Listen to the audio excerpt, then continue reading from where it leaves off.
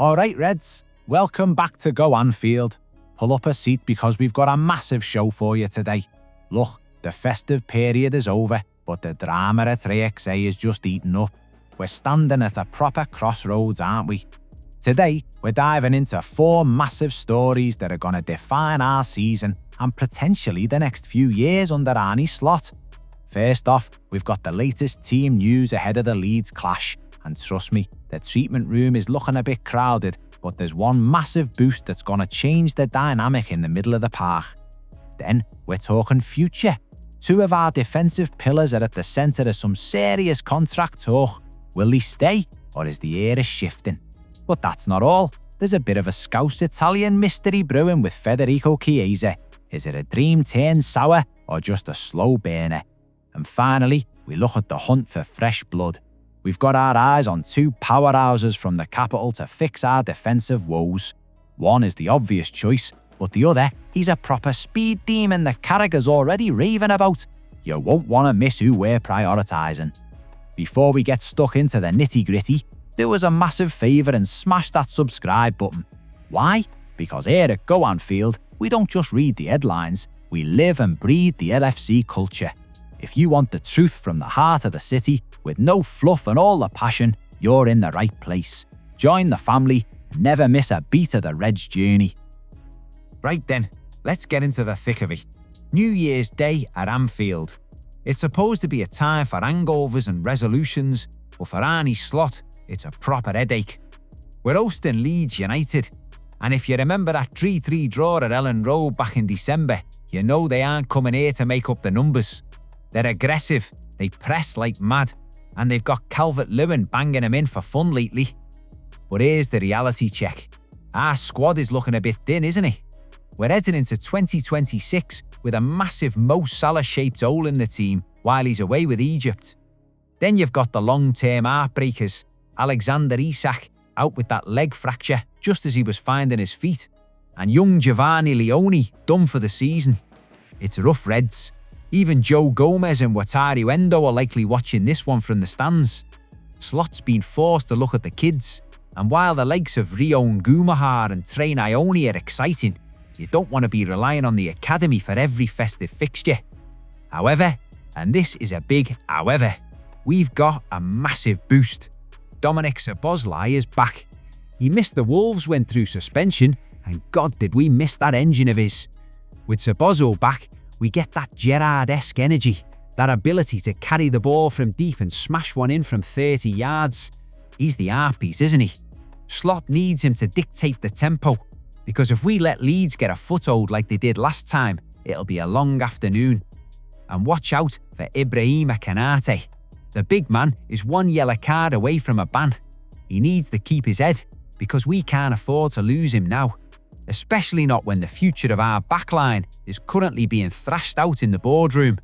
Which leads me to some serious talk about who's actually staying for the long haul. Right, let's get real for a minute. It's all well and good talking about future plans, but we need to address the elephant in the room, the state of our defence right now. Richard Hughes and Michael Edwards are tucked away in their offices trying to sort out contracts, but if you've been watching the games lately, you'll know it's a proper worry. Look at Ibrahima Konaté. A few months back, we thought he was the future, the Rolls Royce who'd take over the mantle. But let's be honest, his form lately has been absolutely shocking. He's been all over the shop, hasn't he? It feels like every game there's a massive lapse in concentration, a missed header, or a positioning error that's costing us goals. He's looking leggy and frankly, unreliable.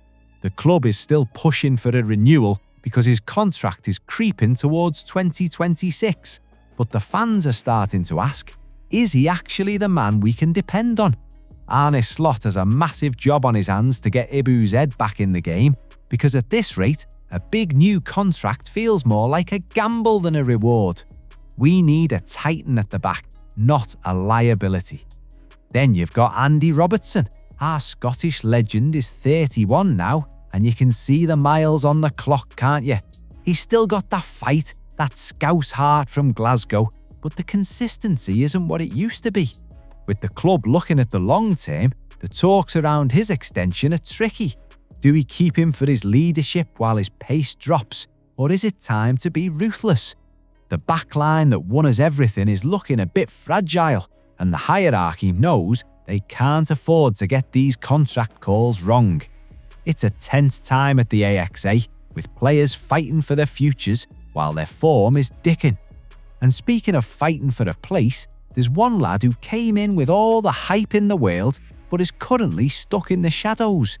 There's some serious noise coming out of Italy about Federico Chiesa, and it sounds like his Anfield dream might be turning into a bit of a nightmare.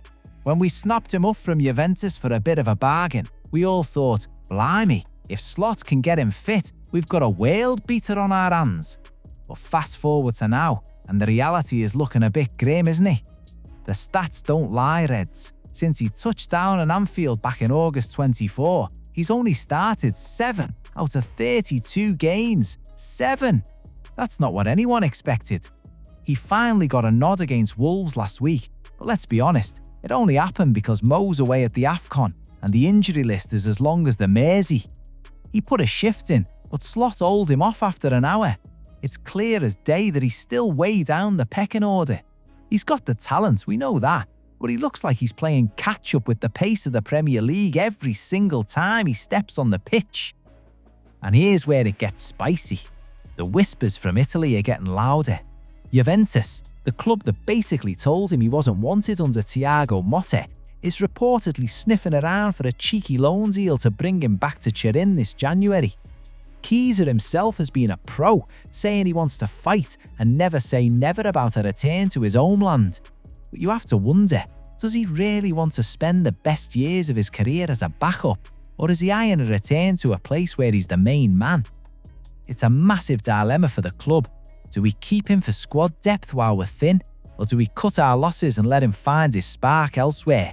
Because if we do let him go, it opens up a massive space in the budget, and believe me, with the way our defence has been leaking lately, we're going to need every penny to bring in some proper reinforcements from Crystal Palace. Right, let's wrap this up with the big one. We've talked about the injuries, the shaky form of the lads currently wearing the shirt, and the players who might be heading for the exit. But what are we doing to fix it? Because let's be straight, this defence needs a proper injection of steel, and it looks like we're heading straight to South London to get it. For months now, everyone's been shouting for Mark Gay. We almost had him in the bag back in September, didn't we? A last-minute collapse that left us all fuming. He's the obvious shout. He's got that Premier League experience, he's a leader for England, and he's calm as you like on the ball.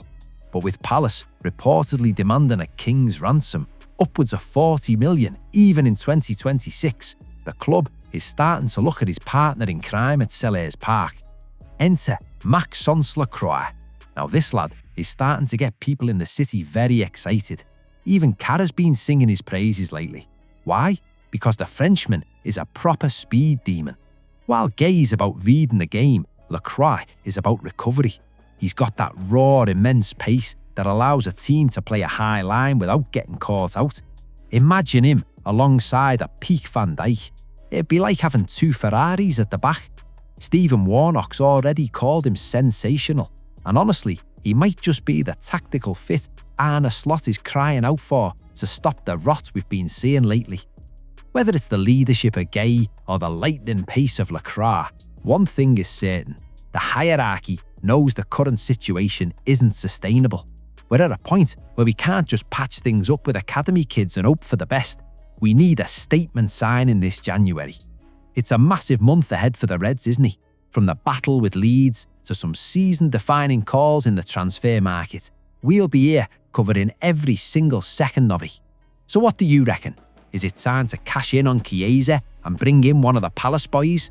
And are you worried about Ibu's form as much as I am? Drop a comment below. I want to hear from the real fans. And if you haven't already, make sure you've subscribed to Go Anfield. We're building a proper community here for the Reds. By the Reds. Get the raw, honest truth right here. Hit that notification bell so you never miss an update as we navigate this crazy season together. You will never walk alone.